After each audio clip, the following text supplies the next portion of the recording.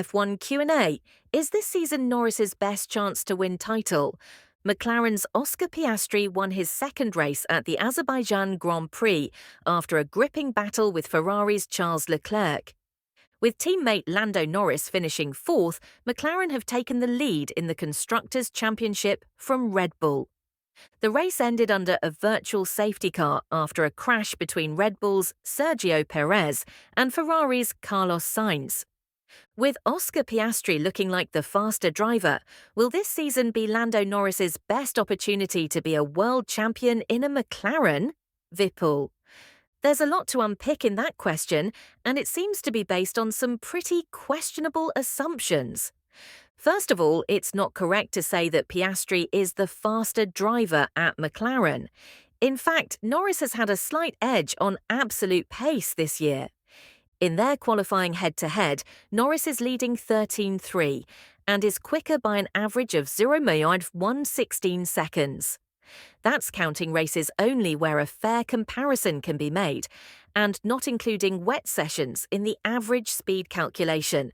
The last time Piastri beat Norris in qualifying was in Monaco back in May. And Norris is ahead of Piastri in the championship by 32 points. Yes, Piastri has scored more points than any other driver in the past 7 races, but that doesn't necessarily mean he has been faster than Norris across them. It's actually surprisingly hard to tell which of the McLaren drivers has been quicker in most of those Grands Prix, because there is a lot of circumstance involved in the races in which Piastri has finished ahead of Norris: Austria, Hungary, Belgium, Italy, and Azerbaijan. In Austria, Norris was well ahead, but was hit by Max Verstappen as they battled for the lead and dropped back with a damaged car. In Hungary, Norris qualified ahead in a McLaren 1-2, but was beaten off the line by Piastri. In the race, their pace looked pretty similar. Piastri edged away when he had the lead. Norris did the same when he did. As Piastri has said, clean air is king. In Belgium, Norris made a mistake on the first lap, and that allowed Piastri and others to get ahead. In Italy, Piastri overtook him on the first lap, and thereafter had clean air while Norris was behind Piastri and Charles Leclerc's Ferrari, increasing his tyre wear. And in Baku, Norris was unlucky to come across a yellow flag in qualifying. That's not to make excuses for Norris. It's just context that is important to bear in mind before forming conclusions about which driver is faster. On balance, a fair summary of the McLaren drivers' seasons might be to say that they are closely matched. Norris has been slightly faster in qualifying, but that Piastri has been a more decisive and intuitive racer and made fewer small errors. Piastri is an outstanding talent, and his racecraft is among the best in the field. His overtaking moves to take the lead against Norris in Monza and Leclerc in Baku were absolutely superb. McLaren Racing Chief Executive Officer Zak Brown says he has the best driver lineup on the grid. It's a subjective point. Lewis Hamilton and George Russell is quite the pairing, as will be Hamilton and Leclerc next year. But it's certainly true that it is a fantastic combination. Their competitiveness will doubtless cause McLaren some headaches, and it will mean both raise their game as they battle for internal supremacy. But Norris is only 24 and he's undoubtedly one of the elite. Piastri is rapidly establishing himself in the same bracket. This is Norris's first chance of the title, but it surely won't be his last. Both Norris and Piastri look like future world champions, in fact, and the prospect of their competition as teammates is mouthwatering. They both have many years of success ahead of them. When was the last occasion a team such as Red Bull dominated the first half of a season only to fall away in such dramatic fashion? David. Red Bull have indeed suffered a dramatic decline in competitiveness this season, from dominating the start of the year, 4 wins in the first 5 races and 7 in the first 10 for Max Verstappen, to now not winning for 7 Grands Prix. It is extremely unusual, but it is not unprecedented. For example, in 2009, Jenson Button won 6 of the first 7 races with Brawn, after which he had more than double the points of Red Bull's Sebastian Vettel, who would emerge as Button's closest title rival. Button then did not win again all season, and the championship became a lot more tense and tight than it had looked like it would. In the end, Button won it with a race to spare, with a great drive to 5th place in Brazil from 14th on the grid. Before that, you have to go back to 1991, when Ayrton Senna won the first 4 races for McLaren, while Williams struggled with reliability with their new FW14, Adrian Newey's first great car. Senna then won only twice more before sealing the title in Japan with a race to go, after a mistake by Williams driver Nigel Mansell, who spun off on lap 9. I can think of one more example, 1979, when Ligier dominated the first 2 races, Jacques Lafitte winning both. But then the team lost its way. It's a fascinating story, including an anecdote about the team owner, Guy Ligier, deliberately smashing up the car's side pods because he wanted the team to build new ones to a different design. And it's told brilliantly by my friend and colleague Mark Hughes in an article for Motorsport magazine some time ago, External. Other than that, there's nothing obvious I can think of. Will Ferrari catch Red Bull, and is Leclerc also a title contender? Felix. Max Verstappen said after both the Italian and Azerbaijan Grand Prix that he is not worried about the threat from Charles Leclerc in the Drivers' Championship. It's not hard to see why. The Ferrari driver is 78 points behind Verstappen. He'd need to gain on him by more than 11 points a race on average over the remainder of the season, which does not seem likely. Even Lando Norris's target of just over 8 points a race is tough enough. The Constructors' Championship is different, though. Red Bull lost the lead to McLaren in Azerbaijan on Sunday and don't look like getting it back. Ferrari are now only 31 points behind Red Bull and might well narrow that gap in Singapore this weekend. They won there last year, and Red Bull are not expecting a good weekend at Marina Bay. But it remains to be seen how consistently competitive Ferrari will be over the final 7 races. Leclerc is saying they have to wait until the US Grand Prix in Austin to get a definitive judgment because Monza, Baku and Singapore are Ferrari circuits, where they were also strong last year. How can Aston Martin hire Adrian Newey, pay Fernando Alonso and open a new state-of-the-art wind tunnel if there is a budget cap in place? John. The budget cap limits teams to spending 100 centimeters a year on their car design and build, salaries and operations. But a number of costs are excluded. Among these are drivers and the remuneration of the top 3 highest-earning executives. So Alonso's and Newey's salaries are excluded from the cap.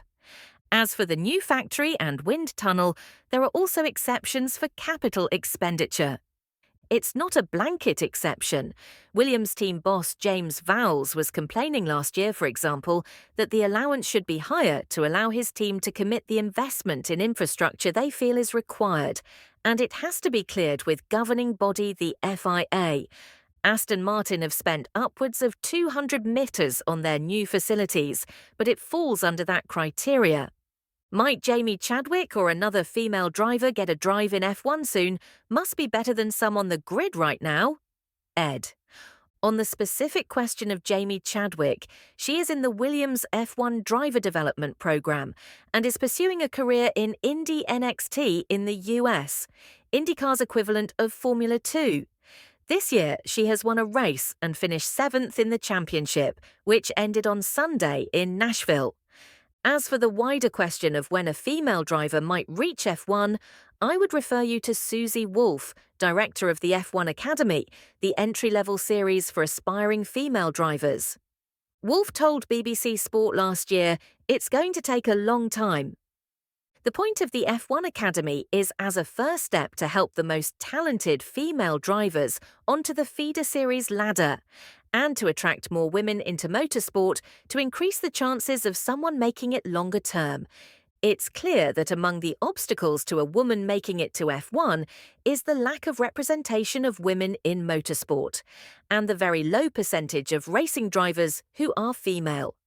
As Wolff puts it, "I am well aware we need to increase the talent pool for the best to rise up, and only then will we be able to open the door to F1.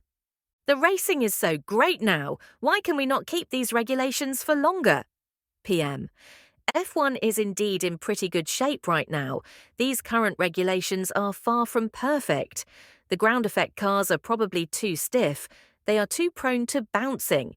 They have not improved overtaking anywhere near as much as was promised, and the Pirelli tyres are still too thermally sensitive, which harms the racing. But the top 4 teams are very closely matched, and the racing from event to event is very competitive. F1 is committed to new rules being introduced in 2026, though, and there is no going back.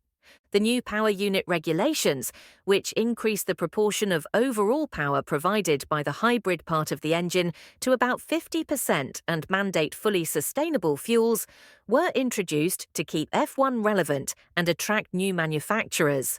They succeeded in persuading Honda to stay and getting Audi and Ford to enter. The cars are being changed too, at least partly because of some of the points mentioned in the start of this answer.